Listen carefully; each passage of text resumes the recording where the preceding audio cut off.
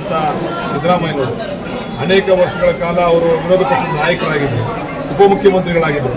ಅವ್ರು ಆಸ್ತಿ ಮಾಡಬೇಕು ಅಂತ ಈಗೆಲ್ಲ ಮಾಡೋರಲ್ಲ ಆಸ್ತಿಗಳನ್ನ, ಅನೇಕ ಜನ ಮುಖ್ಯಮಂತ್ರಿಗಳು ಕುಟುಂಬದವ್ರು ಆಸ್ತಿ ಮಾಡೋರಲ್ಲ, ಅದನ್ನ ಏನಾರ ಅವ್ರು ಅನುಸರಿಸಿದ್ರೆ ಇವತ್ತು ಅರ್ಧ ಬೆಂಗಳೂರು ಸಿದ್ದರಾಮಯ್ಯನವ್ರದ್ದಾಗಿರ್ತಿತ್ತು. ಇದನ್ನು ದಯಮಾಡಿ ಅರ್ಥ ಮಾಡ್ಕೋಬೇಕಾದ ಯಾವುದೇ 14 ಸೈಟು ಆ ವಯ ಮನ್ಸು ಮಾಡಿದ್ರೆ ಬೆಂಗಳೂರಲ್ಲಿ 140 ಸೈಟ್ ಕೂಡ ಜನ ಹೊಡ್ಕೊಂಡ್ರಿ. ಇದು ಯಾವುದೋ 14 ಸೈಟ್ ಇಟ್ಕೊಂಡು ಎಲ್ಲ ಅಳ್ಳಾಡಿಸ್ತಾ ಕೂತವ್ರೆ.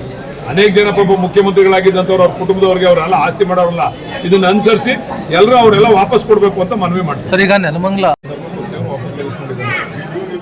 ಬಹುಶಃ ಎಲ್ಲರೂ ಕೂಡ ಯಾರ್ಯಾರ ಮೇಲೆ ಈ ರೀತಿ ಕಂಪ್ಲೇಂಟ್ ಬಂದಿದೆ ಎಲ್ಲರೂ ಕೂಡ ವಾಪಸ್ ಕೊಟ್ಬಿಟ್ರೆ ಈ ದೇಶ ಇನ್ನೂ ಸುಭಿಕ್ಷ ಆಗ್ತದೆ. ಇವ್ರಿಗೆ ನಾನು ನಮ್ಮ ಮುಖ್ಯಮಂತ್ರಿಗಳ ಧರ್ಮಪತ್ನಿಗೆ ಧನ್ಯವಾದ ಹೇಳ್ತೀನಿ. ಇದನ್ನೆಲ್ಲರೂ ಕೂಡ ಪಾಲಿಸಬೇಕು ಅಂತೇಳಿ ಎಲ್ಲ ರಾಜಕಾರಣಿಗಳು ಕೂಡ ಯಾರ್ಯಾರ ಮೇಲೆ ಕಂಪ್ಲೇಂಟ್ ಬಂದಿದೆ ಎಲ್ಲ ರಾಜಕಾರಣಿಗಳು ಇದನ್ನು ಪಾಲಿಸಿದ್ರೆ ಬಹುಶಃ ಮುಂದಿನ ಪೀಳಿಗೆಗೆ ಇದೊಂದು ಉತ್ತಮ ಉದಾಹರಣೆ ಆಗ್ತದೆ ಅಂತ ಹೇಳಲಿಕ್ಕೆ ಇಚ್ಛೆ. ಆದರೂ ಕೂಡ ರಾಜೀನಾಮೆಗೆ ಒತ್ತಾಯ ಮಾಡ್ತಾ ಇದ್ದಾರೆ ಸರ್ ವಿರೋಧ ಪಕ್ಷಗಳು. ಈ ವಿರೋಧ ಪಕ್ಷಗಳು ಇನ್ನೇನು ನಮ್ಮ ರಾಜೀನಾಮೆ ಒತ್ತಾಯ ಮಾಡಿದ್ರೆ ಇನ್ನೇನು ಅವ್ರ ಕೆಲಸ ಬೆಳಿಗ್ಗೆ ಅಂದರೆ ರಾಜೀನಾಮೆ ಅವ್ರಿಗೆ ಇನ್ನೇನು ಕೆಲಸ ಇಲ್ಲ. ತಪ್ಪು ಒಪ್ಪಿಗೆ ಅಂತ ಹೇಳ್ತಾರಲ್ಲ ಸರ್. ಈಗ ತಪ್ಪನ್ನ ಒಪ್ಕೊಂಡಿಲ್ಲ, ಆದರೆ ಸಾರ್ವಜನಿಕವಾಗಿ ಬಂದಿರತಕ್ಕಂಥ ಕಳಂಕವನ್ನ ನಿವಾರಣೆ ಮಾಡ್ಕೋಬೇಕು ಅಂತೇಳಿ ಅವ್ರಿಗೆ ಅವರ ಯಜಮಾನರು ಅವರ ಮೇಲೆ ಅವರ 60 ವರ್ಷ ರಾಜಕೀಯ ಜೀವನದಲ್ಲಿ ಯಾವತ್ತೂ ಕೂಡ ಕಳಂಕ ಬಂದಿರಲಿಲ್ಲ.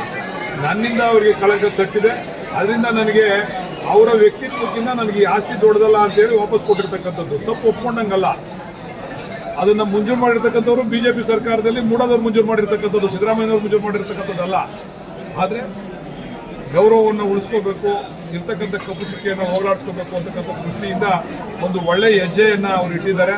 ಅವರ ಹಾದಿನಲ್ಲಿ ಎಲ್ಲರೂ ಕೂಡ ಅದನ್ನು ಅನುಸರಿಸಿದ್ರೆ ಬಹುಶಃ ಎಲ್ಲ ರಾಜಕಾರಣಿಗಳಿಗೂ ಕೂಡ ಇದೊಂದು ಮಾದರಿ. ಎಲ್ಲರೂ ಕೂಡ ಅನುಸರಿಸ್ಕೋಬೇಕು. ಯಾರು ಕೂಡ ಇರ್ತಕ್ಕಂಥ ಆಸ್ತಿ ನಿಮಗೆ ಪ್ರಚಾರ ಮಾಡಿದಂಥ ಸಂದರ್ಭದಲ್ಲಿ ಇವರೇನು ಕೊಡಬೇಕು ಅಂತಕ್ಕಂಥದ್ದೇನು ಇರಲಿಲ್ಲ. ಇದು ಕಾನೂನಾತ್ಮಕವಾಗಿ ಕಾನೂನುಬದ್ಧವಾಗಿ ಬಂದಿರತಕ್ಕಂಥ ಆಸ್ತಿ ಇದು. ನೋಡ್ರಿ, ನಾನು ಒಂದು ಮಾತನ್ನು ಹೇಳಲಿಕ್ಕೆ ಇಚ್ಛೆ ಪಡ್ತೀನಿ. 12 ವರ್ಷಗಳ ಕಾಲ ಅಲ್ಲ